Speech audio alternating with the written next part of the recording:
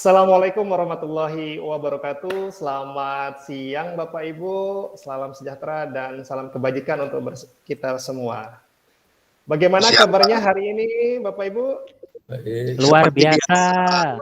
Mantap. Karena ini siang hari Bapak Ibu, alangkah baiknya kita awali dulu dengan ice breaking supaya kita lebih semangat. Biasanya siang-siang hari begini pasti bawaannya pasti ngantuk. Masih ingat ice breaking kita yang kemarin? Tepuk semangat?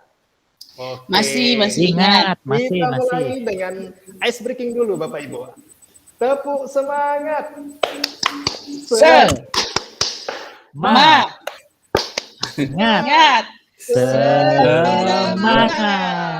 Baik, mari kita tepuk tangan untuk kita sendiri dan untuk bersama Bapak Ibu. Kembali lagi bersama saya. Perkenalkan, saya Irma Setiawan akan mendampingi Bapak Ibu sebagai fasilitator dalam Lokakarya 2, yang dimana Lokakarya 2 akan mengangkat tema tentang visi untuk lingkungan belajar. Sebelum saya menjelaskan lebih lanjut Bapak Ibu, izinkan saya untuk memperkenalkan diri dulu. Saya akan membagi nanti slide point dan beberapa hal akan saya sampaikan kepada Bapak Ibu mengenai kesepakatan kita dalam proses fasilitasi ini. Karena perlu kita samakan persepsi agar nanti kegiatan kita sesuai dengan tujuan yang hendak kita capai untuk kegiatan Lokakarya 2 ini. Baik Bapak Ibu, seperti topik kita hari ini tentang visi untuk lingkungan belajar, tentu Bapak Ibu sudah pasti mengenal lingkungan belajar yang seperti apa yang kita inginkan di sekolah, dan seyogyanya sekolah kita itu situasinya seperti apa, pasti Bapak Ibu sangat mengenal dan memahami itu.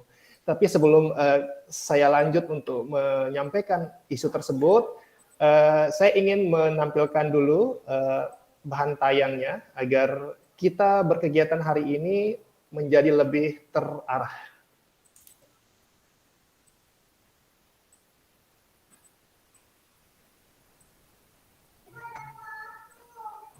Ya, baik Bapak Ibu, hari ini kita masuk ke Lokakarya 2 yang akan berbicara tentang visi untuk lingkungan belajar. Adapun biodata saya, nanti Bapak Ibu bisa berinteraksi dengan saya, baik itu melalui sinkronus dan asinkronus, di email saya irmastiawan@umar.ac.id. Adapun di sini Bapak Ibu yang perlu kita perhatikan, adalah ruang lingkup fasilitasi dalam proses kegiatan kita hari ini adalah kesepakatan kelas, dasar pemikiran, materi, dan refleksi. Jadi perlu kita ketahui juga Bapak Ibu, di sini ada kesepakatan yang perlu kita ketahui bersama tentang kegiatan hari ini, yakni sebagai berikut. Pertama, silakan nanti Bapak Ibu mematikan pelantang atau mic-nya sebelum materi disampaikan. Yang kedua, silakan Bapak Ibu ingin bertanya, dapat mengacungkan tangan atau mengangkat tangan atau menulisnya di kolom komentar. Yang ketiga, apabila Bapak Ibu sudah ditunjuk atau dipersilakan oleh fasilitator, silakan membuka atau mengaktifkan mic atau pelantangnya atau menulis di kolom chat. Demikian untuk kesempatan kelas kita. Mari kita sama-sama lanjut ke kegiatan kita hari ini. Tentu Bapak Ibu pasti bertanya-tanya, Lokakarya 2 ini itu lokakarya seperti apa Bapak Ibu? Nah, di sini tujuannya adalah Bapak Ibu nanti dapat memahami visi untuk lingkungan belajar, kemudian Bapak Ibu dapat melakukan perubahan positif terhadap lingkungan belajar, kemudian yang ketiga, Bapak Ibu dapat berbagi praktik baik terkait visi lingkungan belajar menggunakan format Bagja yang sudah tertera nanti di LMS Bapak Ibu masing-masing.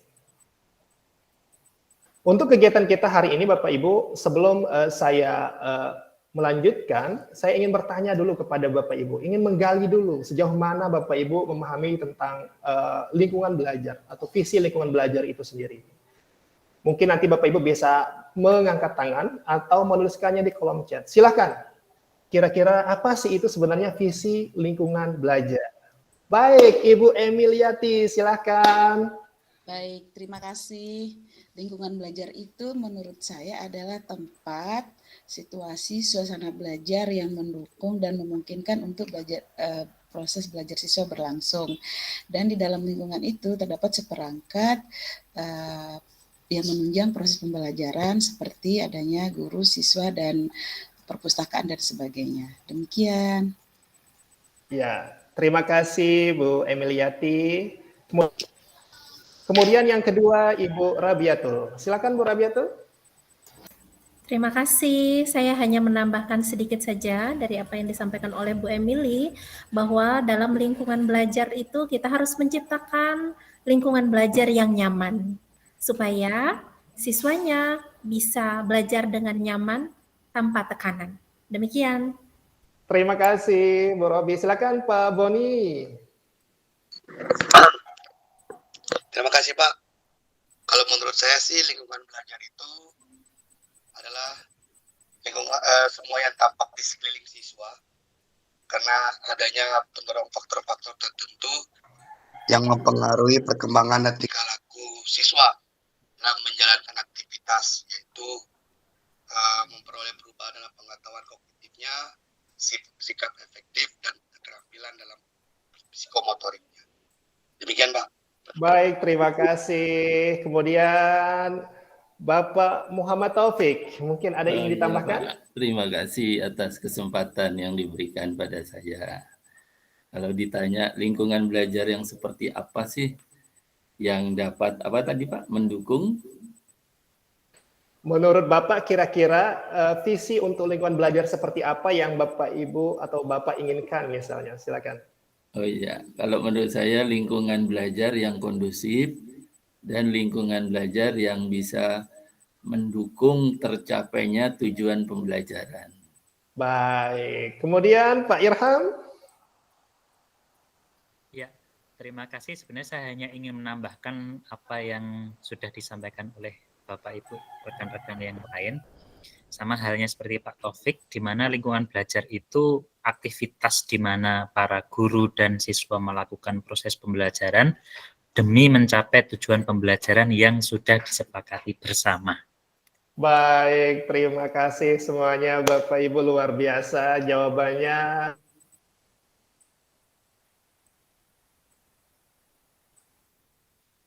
Sudah mewakili secara keseluruhan apa tujuan kegiatan, tentu adalah visi bagaimana cara kita mengelola tempat pembelajaran kita sehingga menjadi tempat yang begitu kondusif, harmonis, dan bisa menyenangkan diri kita, baik itu diri kita sendiri, guru, dan warga yang ada di sekolah itu sendiri. Baik, selanjutnya Bapak Ibu, setelah saya mendengarkan pemahaman Bapak Ibu terkait dengan konsep dasar dari visi untuk lingkungan belajar, di sini nanti saya akan membagikan link yang bisa Bapak Ibu isi, Jamboard, nanti Bapak Ibu bisa isi dan kerjakan di situ. Ada beberapa hal atau isu yang akan Bapak Ibu diminta untuk memberikan tanggapan. Nah, silakan nanti tanggapannya itu masing-masing peserta silakan nanti memberikan pandangannya terkait pengalaman-pengalaman yang pernah Bapak Ibu dalami atau ikuti dalam proses kegiatan belajar mengajar di sekolah masing-masing. Ya, sebentar lagi saya akan kirimkan link untuk kegiatannya. Nanti Bapak Ibu bisa menulis di sini, dan kalau memang ada yang ingin disampaikan bisa langsung mengangkat tangan. Ya.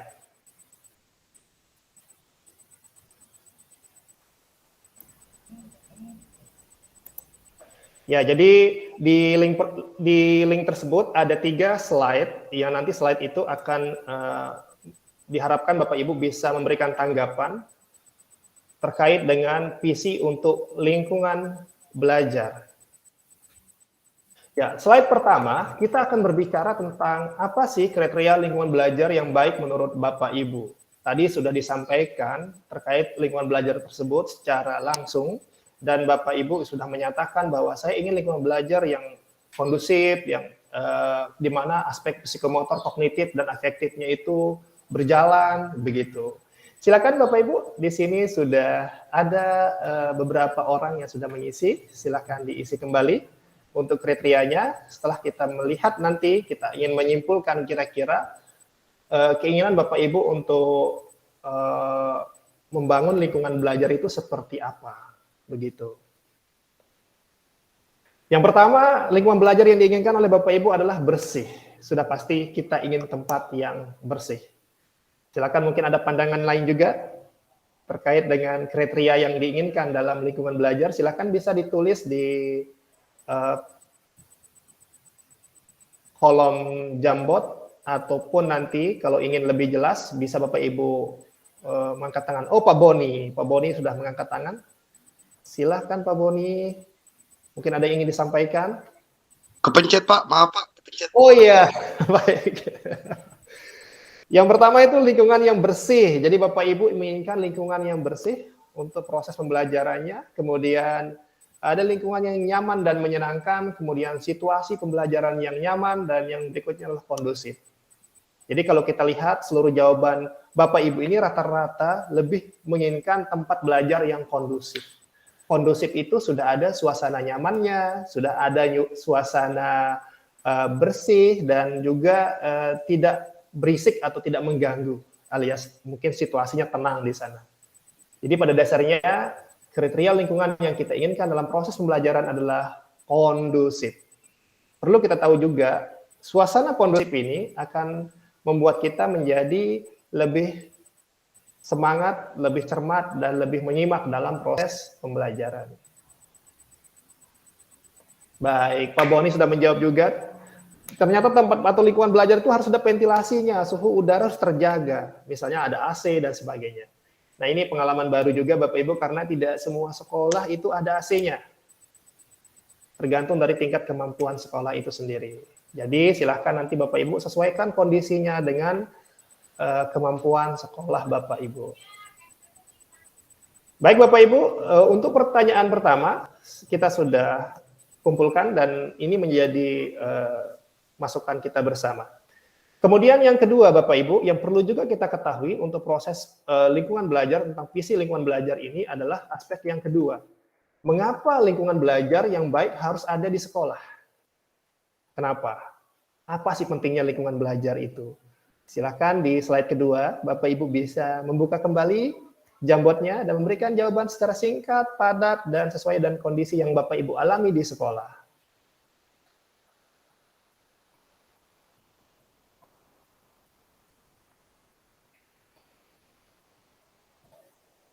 Hari ini memang kita sedikit banyak mengulas konsep yang bersumber dari Bapak Ibu, karena ini berbasis pengalaman Bapak Ibu yang ada di lapangan, karena kita membangun masalah itu berdasarkan pengalaman Bapak Ibu sendiri. Setelah kita bisa meramu pengalaman tersebut, nanti kita mencoba membuat solusi melalui prakarsa perubahan yang ada pada format Bagja itu sendiri Bapak Ibu. Kalau kita belum tahu masalahnya apa, Bapak Ibu belum bisa memberikan suasana apa yang diinginkan, kita tidak bisa membuat prakarsa perubahan. Ya, silakan Bapak Ibu. Di poin kedua, ya sudah ada jawaban di sini. Yang pertama itu yang kenapa harus lingkungan belajar yang baik itu harus ada di sekolah, agar anak nyaman belajar sehingga tercapai tujuan belajar. Baik, sudah sangat baik itu Pak. Kemudian Ibu Rabiatul Adawiyah, di situ beliau menulis, supaya belajar siswa menjadi nyaman. Tentu kenyamanan ini akan membantu siswa dan gurunya untuk memahami suatu materi dengan baik. Kalau suasananya tidak nyaman, siapa yang mau belajar pada kondisi tersebut? Kemudian Pak Boni lagi-lagi menulis agar bisa mendukung kegiatan belajar sehingga dapat meningkatkan siswa dalam belajar baik secara individu. Ya, individu ataupun kelompok, pada intinya bahwa lingkungan belajar itu harus betul-betul kondusif, harus betul-betul nyaman dan bisa mendukung seluruh potensi anak didik yang ada di sekolah. Baik Bapak Ibu, jawaban Bapak Ibu sudah sangat luar biasa, kita sangat apresiasi, dan untuk kegiatan kita, yang perlu Bapak Ibu harus ketahui bahwa apabila nanti ada hal-hal yang ingin ditambahkan, secara langsung bisa mengangkat tangan atau mengisi chat di kolom chat, silakan nanti apa yang ingin disampaikan, atau mungkin ingin menambahkan sesuatu yang mungkin belum saya sampaikan begitu. Kemudian di poin yang ketiga, sebelum kita masuk ke inti dari kegiatan kita, ya ini Bapak Ibu ingin dihadapkan pada suatu pertanyaan yang dimana berisikan tentang bagaimana cara Bapak Ibu cara menerapkan lingkungan belajar yang baik supaya tujuan Bapak Ibu itu tercapai. Misalnya saya ingin anaknya menjadi lebih cepat memahami materi, lalu bagaimana cara Bapak Ibu menyeting tempat belajar tersebut agar tujuan yang Bapak Ibu telah wacanakan itu bisa tercapai, begitu. Ya, silakan Bapak Ibu mengisi Jamboard. Oke, baik, sudah ada yang mengisi. Jadi lingkungan belajar yang baik itu dapat diterapkan dengan tata cara adalah memahami bagaimana siswa di sekolah dan memahami bagaimana warga sekolah bisa mendukung Bapak Ibu dalam proses pembelajaran yang berlangsung di sekolah. Luar biasa. Di sini semuanya sangat aktif dan sudah memberikan jawaban yang sangat luar biasa. Dan di sini perlu Bapak Ibu ketahui, silakan nanti Bapak Ibu, apa yang Bapak Ibu telah tulis ini, tugas selanjutnya adalah Bapak Ibu nanti akan masuk kepada poin modul yang keempat. Di situ sudah ada tertuang prakarya tugas. Tugasnya itu adalah Bapak Ibu membuat prakarsa perubahan. Prakarsa perubahan itu ada template yang Bapak Ibu harus isi di situ, form. Formnya itu silahkan diikuti, ada contoh di sana, dan nanti pekerjaan itu akan Bapak Ibu kirim melalui LMS. Saya akan menunggunya sampai pukul 23.59 menit waktu Indonesia Tengah. Baik Bapak Ibu, dengan demikian saya ingin menyampaikan closing dari kegiatan kita hari ini. Jadi perlu Bapak Ibu ketahui juga bahwa lingkungan belajar itu adalah tempat di mana seorang menuntut ilmu atau tempat di mana terjadinya interaksi belajar dan mengajar. Ini telah menjawab apa yang Bapak Ibu telah sampaikan tadi. Kemudian lingkungan belajar itu perlu ada lingkungan ciri-ciri yang baik lingkungan belajar. Pertama adalah ruang belajar yang layak, adanya penerangan seperti pernyataannya Pak Boni tadi, fasilitasi pendukung, tidak bising, itu kondusif, bersih dan populasi dan limbah. Jadi tidak ada polusi dan limbah yang terlalu mengkhawatirkan di sekolah tersebut. Nah, terkait dengan testimoni Bapak Ibu, saya sudah rangkum menjadi seperti ini. Jadi mengapa lingkungan belajar yang baik harus ada di sekolah? Seperti ini jawabannya. Mohon maaf Bapak Ibu, mohon mic-nya di-off-kan dulu. Nah, kemudian bagaimana menurut Bapak Ibu cara menciptakan lingkungan belajar? Inilah jawaban Bapak Ibu yang saya rangkum.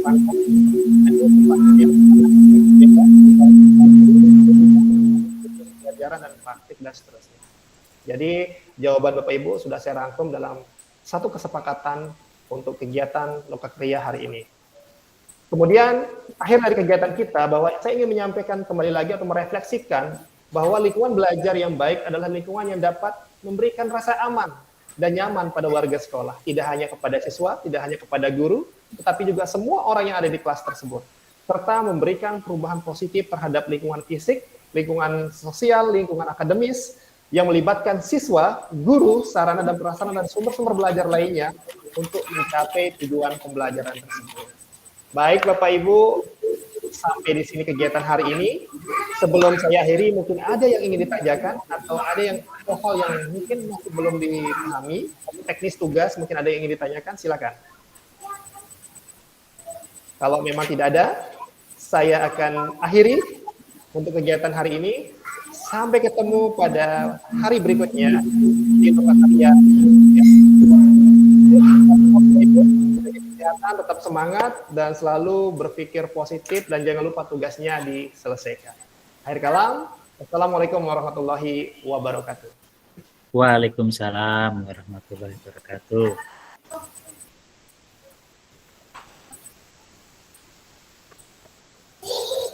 Iya, terima kasih.